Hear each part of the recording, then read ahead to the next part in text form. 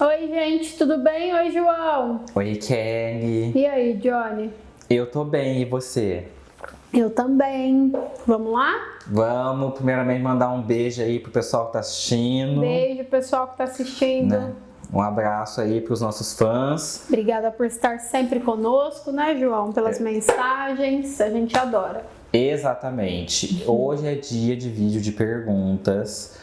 E, inclusive, aí, você que tá assistindo, se você quiser mandar a sua, tem aí na descrição o endereço de e-mail do Café Terapia. E tem a rede social da Kelly, a minha rede social, se quiser mandar lá pra gente, além da aba de comentários. Isso aí. Primeira pergunta. Você acha que as pessoas em situação de rua precisam de ajuda? Sim, acho que precisa. O que não quer dizer que 100% delas queiram, né? Mas lembrar, né, João? Nós somos seres biopsicossociais, né? E acho que cabe ainda mais coisas, né, nessa definição do que é ser humano.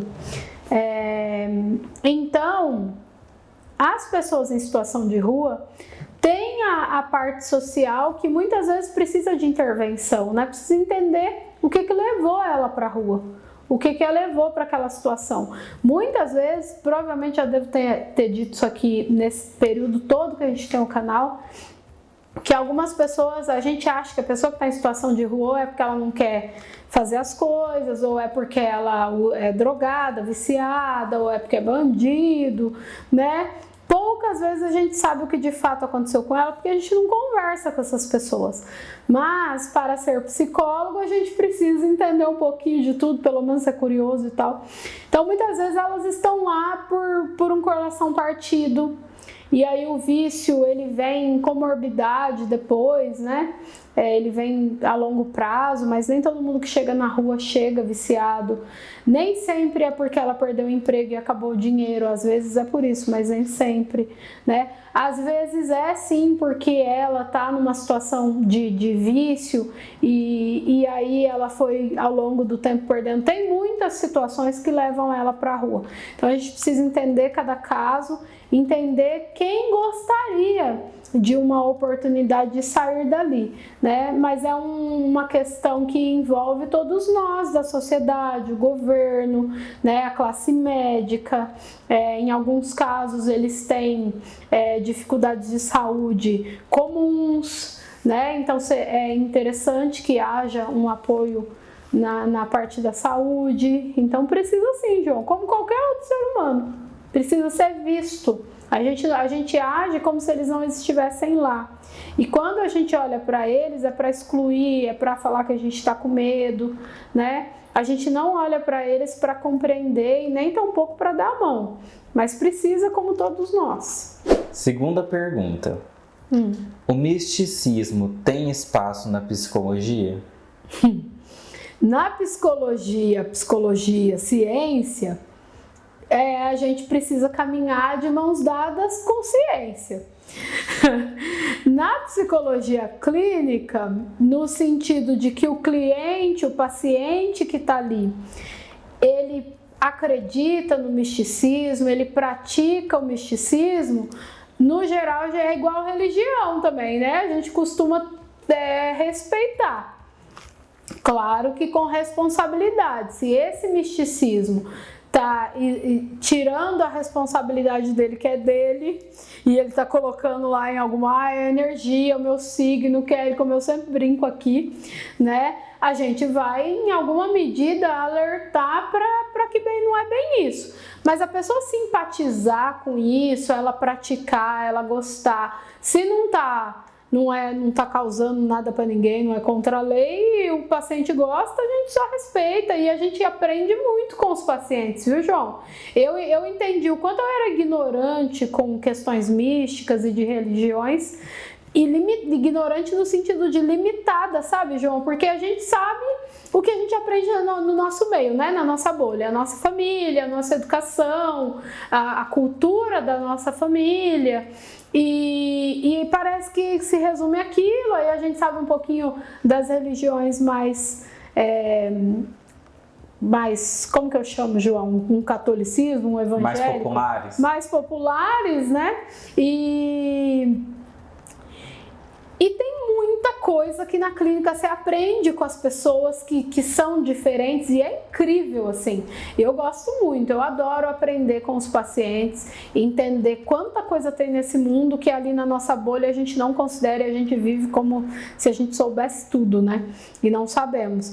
Sobre a questão do misticismo é mais ou menos por aí, né? A gente sabe, por exemplo, não sei se entra como misticismo, mas a fé, ela de fato pode ajudar muito num tratamento médico e também psicológico.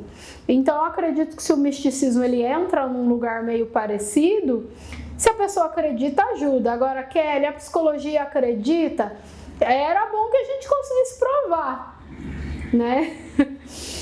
E aí a gente fica contando que a ciência caminhe cada vez mais para nos ajudar com isso.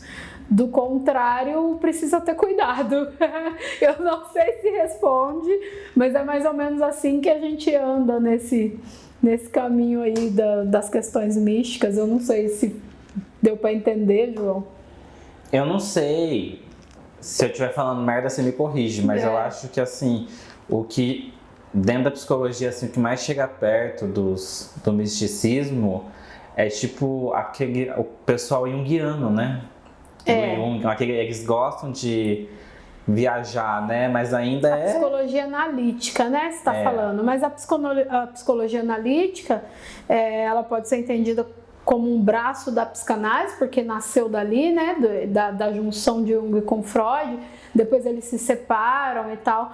Mas a psicologia analítica, ela conseguiu se firmar como abordagem, né? E para uma abordagem se firmar como abordagem clínica, ela teve que comprovar algumas coisas. Então é pé no chão, né? Algumas coisas sim. Por mais que ele trabalhe muito com símbolos, né? Porque ele trabalha, a gente da área, a gente faz muita piada, brinca, como tem nas outras profissões também. E aqui no canal é um pouco delicado, porque tem esse compromisso de informar da maneira correta, e eu não sou junguiana, né? Mas é isso, então, se ela, tirando as nossas brincadeiras internas, né, de que ela vem o filtro dos sonhos e tal, ela se firmou como abordagem clínica e que pode ser utilizada.